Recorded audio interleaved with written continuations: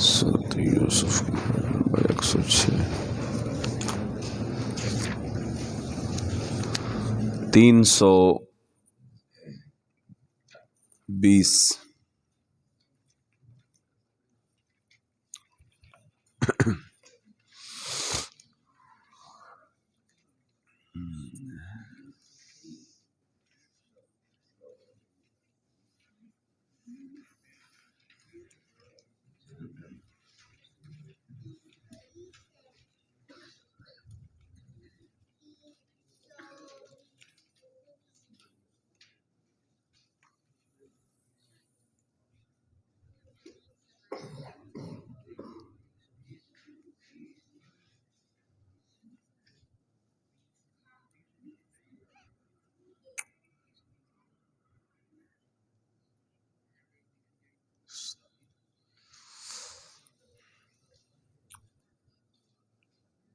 آیت نمبر 106 ہے جی، نیچے سے چوتھی لائن۔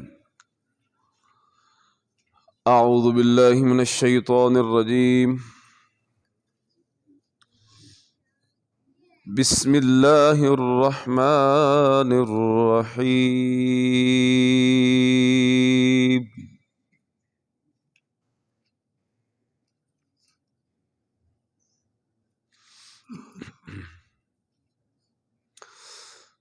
وما يؤمن أكثرهم بالله إلا وهم مشركون اللهم صل على محمد وعلى آل محمد وبارك وسلم ثم صل عليه۔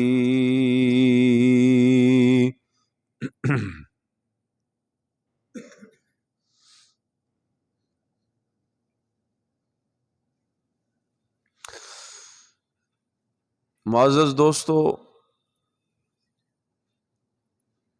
گزشتہ 2 دن میں آپ نے جو موضوع سلسلہ وار سنا ہے وہ ہے عظمت توحید۔ میں اس حوالے سے قرآن کریم کی تقریباً 11 یا 12 آیات آپ کو دکھلا چکا ہوں، اور ہر آیت ایک نئی عظمت بیان کرتی ہوئی نظر آتی ہے، جس سے ہمیں یہ حقیقت روز روشن کی طرح عیاں ہوتی ہوئی معلوم ہوتی ہے کہ واقعتاً ایمان باللہ، اللہ کی ذات کے ساتھ ایسا ایمان جو اس کی وحدانیت پہ مبنی ہو اور اس میں کسی قسم کا کوئی شریک نہ بنایا جائے، یہ ایسی نیکی ہے اور ایسی نعمت ہے اور ایسا درجہ ہے کہ یہ انسان کو بھی بڑا عروج بخشتا ہے، اور اس درجے کے پا جانے والوں کے لیے اللہ کے وہ فرشتے بھی دعائے مغفرت میں ہر وقت مشغول رہتے ہیں جن فرشتوں نے اللہ کے عرش کو تھاما ہوا ہے، جیسا کہ میں نے دکھلایا آپ کو سورہ حامیم مومن میں، آپ نے اپنی آنکھوں سے دیکھا اور آیات کا ترجمہ پڑھا۔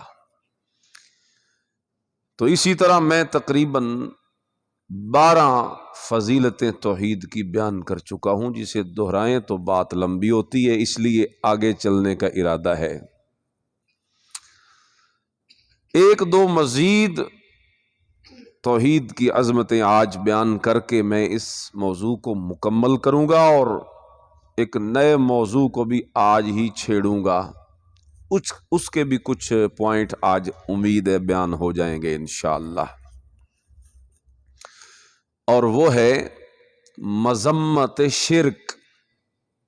یہ تھا عظمت توحید، اور وہ دوسرا عنوان جو آج میں شروع کروں گا وہ کیا ہے؟ مذمت شرک، کہ شرک والا جو گناہ ہے اللہ نے قرآن میں اس کی کتنی مذمت کی ہے اور اس کی کیا کیا قباحتیں اور برائیاں اللہ نے قرآن میں بیان کی ہیں، میں وہ بھی آپ کو تقریباً لگ بھگ 15 دکھاؤں گا قرآن مجید سے۔ بہرحال یہ جو ہم نے آیت کھولی ہے، یہاں سے ایک اہم نقطہ ہم آج سمجھیں گے۔ اللہ اکبر کبیرہ۔ کل میں نے سورہ یوسف کے حوالے سے اسی سورہ یوسف کے اندر آپ کو دکھایا کہ عقیدہ توحید کا مل جانا یہ اللہ کا کیا ہوتا ہے جی؟ فضل ہوتا ہے، جیسا کہ سیدنا یوسف علیہ السلام نے اپنے جیل کے ساتھیوں کو کہا تھا، ذالک من فضل اللہ علینا، کہ یہ جو عقیدہ ہمیں نصیب ہوا ہے اس کا نصیب ہو جانا یہ اللہ کا فضل ہے۔ آج یہ جو میں نے آیت آپ کو دکھائی ہے یہ بڑی عجیب آیت ہے، آپ اس کا معنی سمجھیں، اس سے ایک بڑی غلط فہمی دور ہوتی ہے،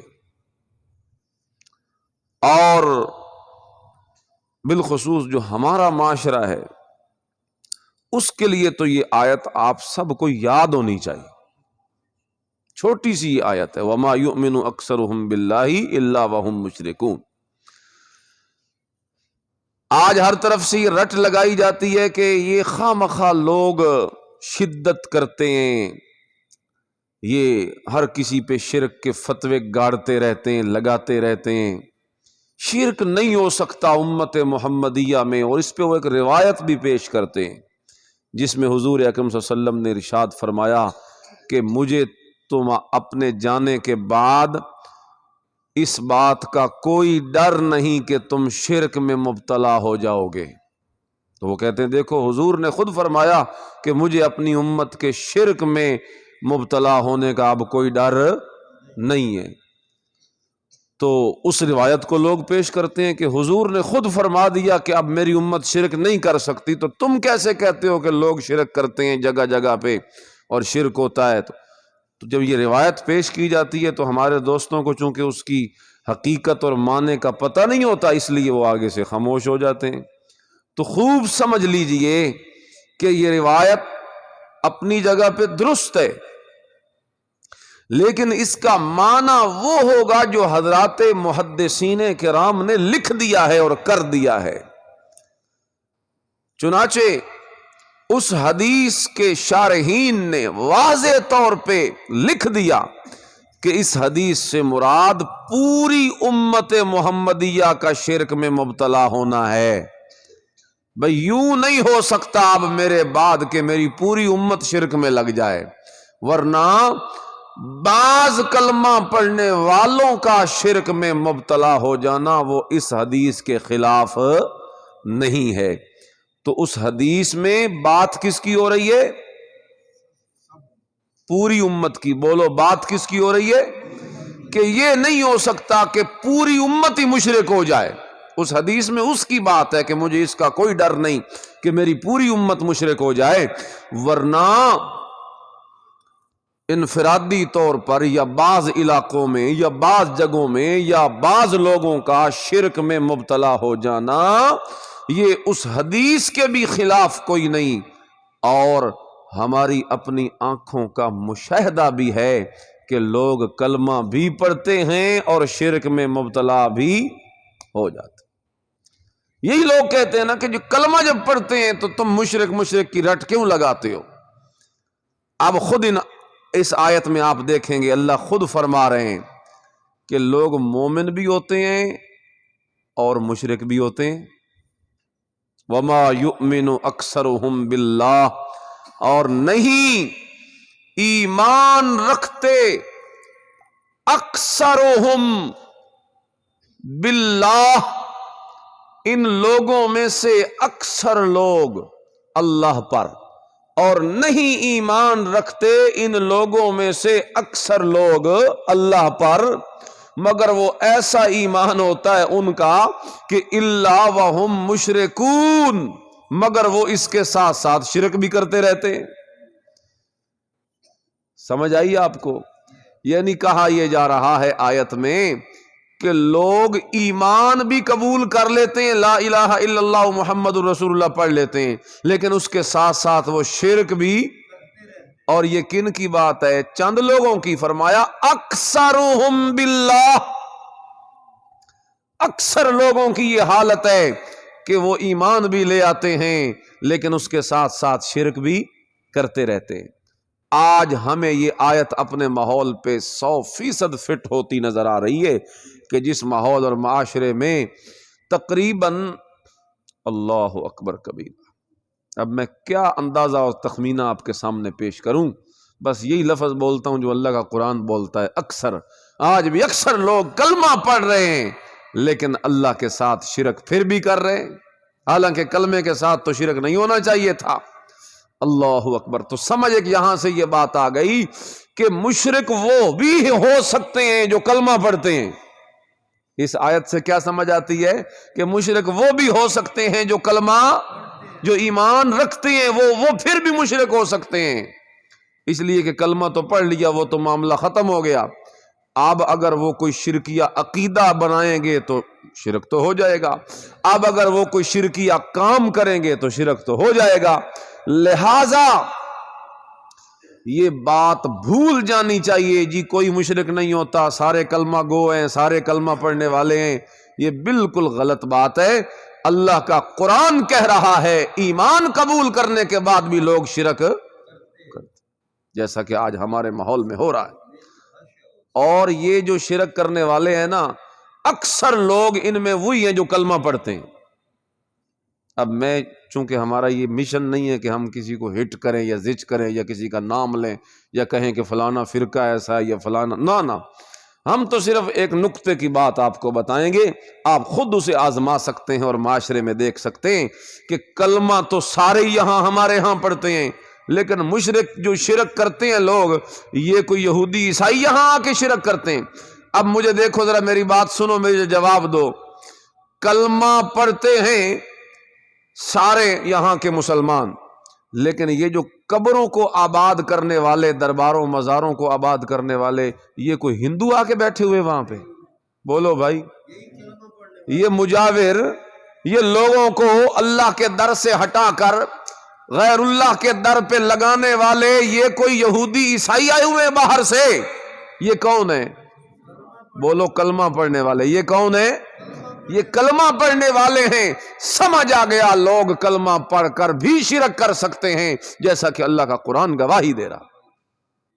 تو یہ بڑا نقطہ ہے سمجھنے والا، جو کہ میں نے عرض کیا آپ کے سامنے کہ آپ کسی کے کلمے سے ہی متاثر نہ ہو جائیں، جی فلانا تو کلمہ پڑھ رہا ہے۔ نہیں، کلمہ پڑھ کر بھی لوگ شرک کرتے ہیں۔ یہ قرآن ایک فارغ پڑھا ہے، بھائی حسیب کو دے دیں، بلکہ ان کی جگہ بنائے، ادھر سامنے آ جائیں آپ، یہ بچے جو بیٹھے ہیں نا تھوڑا سا کلوز ہو جائیں۔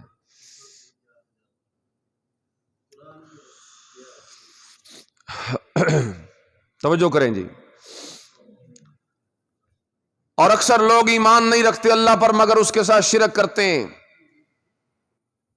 یہ آج کے ماحول پہ آیت فٹ ہوتی ہے۔ یہ جتنے قبروں کے پرستار ہیں، جتنے اللہ کے دروازے کو چھوڑ کر قبروں پہ سجدہ کرنے والے ہیں، جتنے درباروں مزاروں کے مجاور ہیں، یہ جتنے اللہ کے در سے ہٹا کر لوگوں کو غیر اللہ کے در سے اولادیں دینے کی امیدیں دینے والے ہیں، یہ جو غیر اللہ کو مشکل کشا اور حاجت روا کہنے والے ہیں، یہ جتنے اللہ کے در کو چھوڑ کر غیروں کے در پہ لوگوں کو جھکانے والے ہیں، یہ سارے وہی ہیں جو کلمہ بھی پڑھتے ہیں لیکن شرک بھی کرتے ہیں۔ تو یہ ذہن سے نکال دیں کہ کلمہ پڑھنے والا مشرک نہیں ہو سکتا۔ قرآن کہتا ہے کلمہ پڑھنے والا بھی مشرک ہو سکتا ہے۔ تو جب کلمہ پڑھنے والا مشرک ہو سکتا ہے تو پھر اس بیچارے کو شرک کے گناہ سے بچانے کے لیے محنت ہمیں کرنی ہے کہ نہیں کرنی؟ ہمیں پھر سمجھانا ہے اپنے دوستوں کو، بھائیوں کو، اور یہ روشنی پھیلانی ہے۔ بس یہاں صرف یہی نقطہ آپ کو سمجھانا تھا میں نے۔ اب آگے آپ نکالیں جی سورۃ آل عمران، اس کی آیت نمبر 64 نکالیں جی، صفحہ نمبر ہے 74 صفحہ ہے، دوسری لائن ہے، یہاں سے توحید کی ایک عظمت سمجھ آ رہی۔ اللہ، آج ہمارے ملک میں بھی یہ رونا روتے ہیں اکثر لوگ کہ جی فرقہ واریت ہے، فرقہ واریت ہے، فرقے فرقے دنیا ہے۔ تو کیسے کوئی عجیب کوئی ایسا کوئی ہو کام کہ فرقے ختم ہو جائیں؟ فرقہ واری تو ہونا چاہیے یار، ہم بھی چاہتے ہیں۔ یہ تو کوئی نہیں نا بات کے فرقوں میں بٹ جائیں، اور اس طرح تو طاقت بکھر جاتی ہے۔ اللہ اکبر کبیرہ، اینٹیں پڑی ہوں، ڈھیر لگا پڑا ہو باہر اینٹوں کا، تو بکھری ہوئی اینٹوں کی کوئی طاقت ہے؟ ہاں، اگر یہی اینٹیں اٹھا کر ایک دیوار میں چن دی جائیں اور ایک دیوار کو مضبوط کر کے کھڑا کر دیا جائے، بتاؤ بھائی انہی اینٹوں میں طاقت آئے گی کہ نہیں آئے گی؟ یہ طاقت کس چیز سے پیدا ہوئی؟ جڑنے سے۔ طاقت کس چیز سے پیدا ہوئی؟ جڑنے سے۔ جوڑ سے طاقت ہوتی ہے۔ تو ہم تو چاہتے ہیں کہ امت محمدیہ ایک ہو جائے، لیکن سوال ہے کس نقطے پہ ایک ہو؟ یہاں ہر کسی کا اپنا مذہب ہے، اپنی شریعت بنا رکھی ہے، ہر کسی نے اپنے اپنے مسئلے بنا رکھے، تو ایک ہونے کا کوئی نقطہ بھی تو ہو نا کہ سب اس پہ جمع ہونے کے لیے تیار ہو جائیں۔ اللہ کا قرآن وہ نقطہ اتحاد پیش کر رہا ہے۔ یہ ذرا دیکھو، قُلْ يَا أَهْلَ الْكِتَابِ تَعَالَوْا، کہہ دیجئے میرے نبی ہے اہل کتاب۔ اہل کتاب سے مراد ہوتے ہیں یہودی اور عیسائی۔ اے میرے نبی اہل کتاب سے کہہ دیجئے تعالو، آ جاؤ، تعالو، آؤ، الی کلمۃ، اس کلمے کی طرف، سوائم بیننا و بینکم، جو ہمارے اور تمہارے درمیان برابر ہے۔ یعنی تمہارے نبیوں نے بھی اسی کلمے کی دعوت دی، ہم بھی اسی کلمے کی دعوت دیتے ہیں۔ جناب موسیٰ، جناب عیسیٰ علیہ السلام، ان دونوں نے جو کلمہ سکھایا اپنی امت کو وہ کیا تھا؟ لا الہ، اور حضور نے جو کلمہ سکھایا وہ بھی کیا تھا؟ لا الہ الا اللہ۔ تو فرمایا اے اہل کتاب، اگر تم چاہتے ہو کہ اختلاف ختم ہو جائے، اگر تم چاہتے ہو کہ فرقہ ختم ہو جائے، تو آؤ ہم تمہیں جڑنے کی دعوت دیتے ہیں، لیکن جوڑ ہوگا اس نقطے پر، الہ کلمہ، جو کلمہ توحید ہے، سوائم بیننا و بینکم، اللہ، جو ہمارے اور تمہارے درمیان یکساں ہیں، برابر ہیں۔ اللہ اکبر۔ اور وہ کلمہ توحید جو ہے وہ اس کی وضاحت کیا ہے، اس کا مطلب کیا ہے؟ فرمایا اللہ نعبد الا اللہ، وہ یہ کہ اللہ کے سوا ہم کسی کی عبادت نہیں کریں گے، نہیں عبادت کریں گے ہم اللہ کے سوا کسی اور کی۔ اور میں بتا چکا ہوں کئی دفعہ آپ کو کہ عبادت کبھی دل سے ہوتی ہے یقین کرنا، کبھی زبان سے ہوتی ہے غائبانہ پکار کرنا، کبھی بدن سے ہوتی ہے رکوع سجود کرنا، نماز پڑھنا، حج عمرہ کرنا، کبھی زبان سے ہوتی ہے وظیفے یا تلاوت یا غائبانہ پکار کرنا، کبھی مال سے ہوتی ہے قربانی، زکوٰۃ، صدقہ، خیرات یا نذر و نیاز دینا۔ یہ ساری باتیں ہیں، اسی کو کہا جا رہا کہ لا نعبد الا اللہ، ہم نہیں عبادت کریں گے اللہ کے سوا، ولا نشرک بہ شیئا، اور اس کے ساتھ کسی چیز کو شریک نہیں بنائیں گے، ولا یتخذ بعضنا بعضا اربابا من دون اللہ، اور ہم میں سے کوئی کسی کو اللہ کے سوا اپنا کار ساز نہیں سمجھے گا۔ سبحان اللہ۔ اب اللہ نے نقطہ اتحاد جو پیش کیا اس قوم کے سامنے، رسول اکرم صلی اللہ علیہ وسلم کی زبانی آپ کے سامنے، آپ ذرا دوبارہ بے شک ترجمہ پڑھ لیجئے۔ یہ جس نقطے پہ انہیں جمع ہونے کو کہا جا رہا ہے، آنکھوں سے دیکھیے نا یہ نقطہ کیا ہے؟ کیا ہے یہ نقطہ؟ بولو، اللہ کی توحید والا۔ یہ نقطہ کیا ہے؟ اللہ کی، یہی تو توحید ہے نا کہ ہم اللہ کے سوا کسی کی عبادت نہیں کریں گے، اس کے ساتھ کسی کو شریک نہیں بنائیں گے، اس کے علاوہ کسی کو اپنا رب، یہی تو توحید ہے۔ تو اہل کتاب جو اس وقت تفرقے کا باعث تھے، انہیں اتحاد کی دعوت دی گئی تو کل میں توحید پہ آنے کی. تو سمجھ آ گیا آج بھی اگر اتحاد ہو سکتا ہے تو اسی لا الہ الا اللہ پہ ہو سکتا ہے کہ سارے جمع ہو کر لا الہ الا اللہ کو دل و جان سے تسلیم کریں اور جو لا الہ الا اللہ کا تقاضا ہے سارے اس پہ عمل کریں. اختلاف ختم ہو سکتا ہے. اللہ اکبر کبیرہ. اسی کی وضاحت دیکھنے کے لیے آپ ادھر آئیں جی سورۃ ممتحنہ پہ. سورۃ ممتحنہ صفحہ نمبر ہے 715.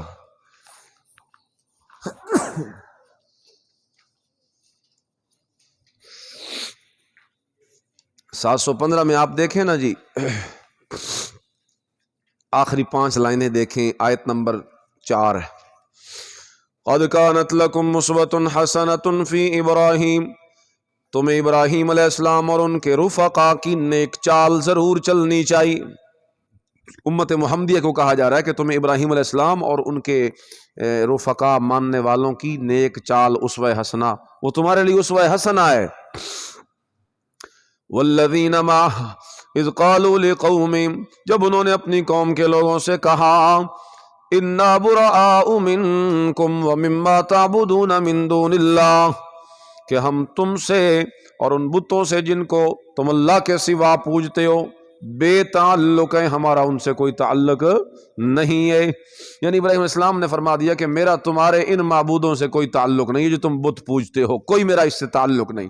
کفرنا بکم ہم اس کے اللہ اکبر کبیرہ قائل کبھی نہیں ہو سکتے.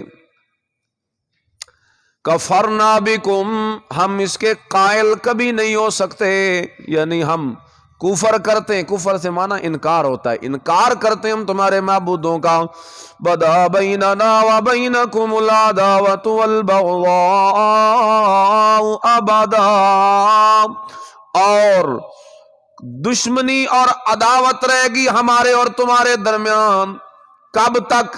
فرمایا حتی تؤمنوا باللہ وحدہ جب تک تم اللہ واحد پر ایمان نہ لاؤ.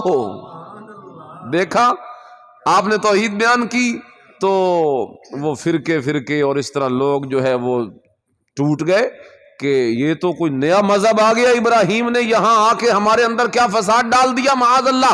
انہوں نے یہ کہا اور ابراہیم علیہ السلام نے آگے پوری کوشش کی سمجھانے کی، اور جب وہ نہیں سمجھے نا تو ابراہیم علیہ السلام نے یہ بات کر دی اور میری قوم کے لوگوں اگر تم چاہتے ہو کہ یہ فتنہ فساد یا اختلاف یا افتراق یا انتشار ختم ہو جائے اور ہم سب ایک ہو جائیں تو اس کا حل کیا ہے؟ حتی تؤمنوا باللہ وحدہ جتنے تک ایک اللہ کی توحید پہ ایمان نہیں لاؤ گے کبھی اتحاد نہیں ہو سکتا. یہاں سے بھی سمجھ آ گیا کہ اتحاد کا نقطہ ابراہیم علیہ السلام نے کیا پیش کیا؟ توحید. اللہ. لیکن یہ ابراہیمی جو انداز ہے نا خدا کی قسم آج ہمارے اندر نہیں ہے. یہ دیکھ رہے ہو یہ تیسری لائن نیچے سے تیسری لائن کفرنا بکم وبدا بیننا قوم کو یوں کہنا کہ ہم تمہارے معبودوں کے منکر ہیں، ہم نہیں مانتے ان کو لے جاؤ. بدا بیننا بدا کا معنی ہوتا ہے ظاہر ہو گئی، عیاں ہو گئی، واضح ہو گئی. بیننا و بینکم ہمارے تمہارے درمیان کیا واضح ہو گئی؟ العداوہ والبغضاء عداوت بھی اور بغض بھی. مفسرین نے لکھا عداوت اس دشمنی کو کہتے ہیں جو دل ہی دل میں ہو، اندر چھپی ہوئی نفرت دشمنی اس کو عداوت کہتے ہیں. اور جب اسے واضح کر کے اس کا اعلان کر دیا جائے کہ سنو ہم تمہارے دشمن ہیں تو اسے کہا جاتا ہے عربی میں بغض. عداوت دشمنی وہ ہوتی ہے جو چھپی ہوئی ہو اور بغض وہ ہوتا ہے جو واضح اور ظاہر کر دیا جائے. فرمایا ابراہیم علیہ السلام نے دشمنی کے دونوں درجے ان پہ واضح کر دی اور فرمایا جتنے تک تم موحد نہیں ہو سکتے ہو تو سن لو ابراہیم تمہارا اندر سے بھی دشمن ہے باہر سے بھی دشمن. یہ گل اسی کر سکتے ہیں بھلا آج؟ اللہ اکبر. اور تھے اکیلے، کوئی ان کے ساتھ بندہ ہی نہیں تھا. وہ گھر والے ہی ہوتے ہیں، باپ تو اس سے تو مناظرہ کر کے پہلے نکلے تھے، اس نے گھر سے نکال دیا تھا. قوم والے سارے دشمن، حتیٰ کہ نمرود سے مقابلہ. تو ملت ابراہیمی ایسے ہی نہیں. اللہ نے فرمایا 14ویں پارے کے آخری صفحے پہ ثم اوحینا الیک ان اتبع ملت ابراہیم حنیفا، اے میرے نبی ہم نے آپ پہ بھی وحی کی ہے کہ آپ بھی اتباع کریں گے تو ملت ابراہیمی کی اتباع کریں۔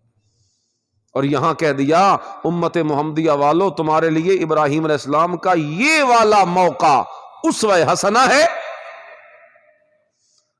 تو ہمیں صرف وہ یاد ہے لقد کان لکم فی رسول اللہ اسوۃ حسنہ، اے لوگو یہ بھی اسوہ حسنہ ہے، اور یہ اللہ نے ایک دفعہ نہیں 2 دفعہ کہا۔ آپ آگے صفحہ الٹیں تو تیسری لائن دیکھیں تو اللہ نے پھر کہہ دیا لقد کان لکم فیہم اسوۃ حسنہ۔ اللہ اکبر۔ بہرحال سمجھ آ گیا عظمت توحید، فرقہ واریت، افتراق کا خاتمہ، وحدت امت کا واحد ذریعہ مسئلہ توحید ہے۔ اللہ اللہ ہمیں یہ نصیب فرمائے جی۔ اور یہ جو لوگ ٹوٹے پھرتے ہیں اللہ کی توحید سے بغاوت کرتے ہیں، اللہ کرے انہیں مسئلہ توحید سمجھ آ جائے، سمجھ آ جائے۔ پڑھتے کلمہ ہیں لیکن پھر بھی شرک کرتے ہیں، بڑا افسوس ہوتا ہے کلمہ پڑھنے والوں کو شرک کرتے ہوئے دیکھ کر۔ جو میں نے پیچھے آیت آپ کو دکھائی پہلی سورہ یوسف کی، مفسرین نے اس پہ بڑی عجیب بات لکھی، چنانچہ تفسیر روح المعانی میں حضرت علامہ محمود آلوسی بغدادی رحمہ اللہ فرماتے ہیں کہ یہ جو کہا گیا کہ کلمہ پڑھنے والے ایمان لانے والے بھی مشرک ہو سکتے ہیں، فرمایا یندرج فیم کل من اقر بہ، اللہ اس میں ہر وہ بندہ بھی داخل ہے، کل من اقر جو اقرار کرتا ہے اللہ تبارک و تعالی کی ربوبیت کا، وخالقیت ہی اور اس کی خالقیت کا۔ اللہ یہ کہتا ہے کہ اللہ ہمارا خالق ہے، مالک ہے، لیکن وَكَانَ مُرْتَكِبًا مَا يُعِدُّ، اور پھر وہ مرتکب بھی ہو جاتا ہے ان کاموں کا جو کام شرک میں گنے جاتے ہیں۔ وَمِنْ أُولَئِكَ عَبَدَةِ الْقُبُورِ، فرمایا یہ کون لوگ ہیں بھلا، وہ آگے اس کی وضاحت کرتے ہیں، یہ وہ لوگ ہیں عبدۃ القبور جو قبروں کو پوجتے ہیں، الناظرون لها المعتقدون للنفع والضرر، یہ جو قبروں کے پجاری منتے ماننے والے اور عقیدہ رکھنے والے ان کے لیے للنفع والضرر، نفع اور نقصان کا۔ اللہ اکبر کبیرہ۔ چنانچہ فرمایا وہم، اور یہ جو ہیں قبروں کو پوج کر ان سے نفع نقصان مانگنے والے اور ان کی منتے ماننے والے، فرمایا الیوم، اپنے زمانے کی بات کرتے ہیں سید محمود آلوسی بغدادی تفسیر روح المعانی کے مصنف، وہ کہتے ہیں یہ جو کلمہ پڑھ کر قبروں کی منتے مانتے ہیں اور ان سے نفع نقصان کی امیدیں رکھتے ہیں، فرمایا الیوم، یہ آج کے دن اکثر من الدود، یہ آج کل ہمارے دور میں کیڑوں سے بھی زیادہ ہیں۔ اس ٹائم دی گل کر رہے ہیں، علامہ محمود آلوسی نے اسی آیت پہ لکھا، میں نے آپ کو عربی عبارت پڑھ کے سنائی۔ اس وقت کی اگر یہ بات ہے کہ وہ کیڑوں سے زیادہ ہیں تو آج تے جناب کیڑے اندھی پر ہو رہی۔ اللہ اکبر۔ یہ آپ دیکھیں کبھی عرسوں پہ، قبروں پہ، مزاروں پہ کیا حال ہوتا ہے، اور یار اس بھٹکی ہوئی امت کا ہم نے نہیں سوچنا تو کس نے سوچنا ہے؟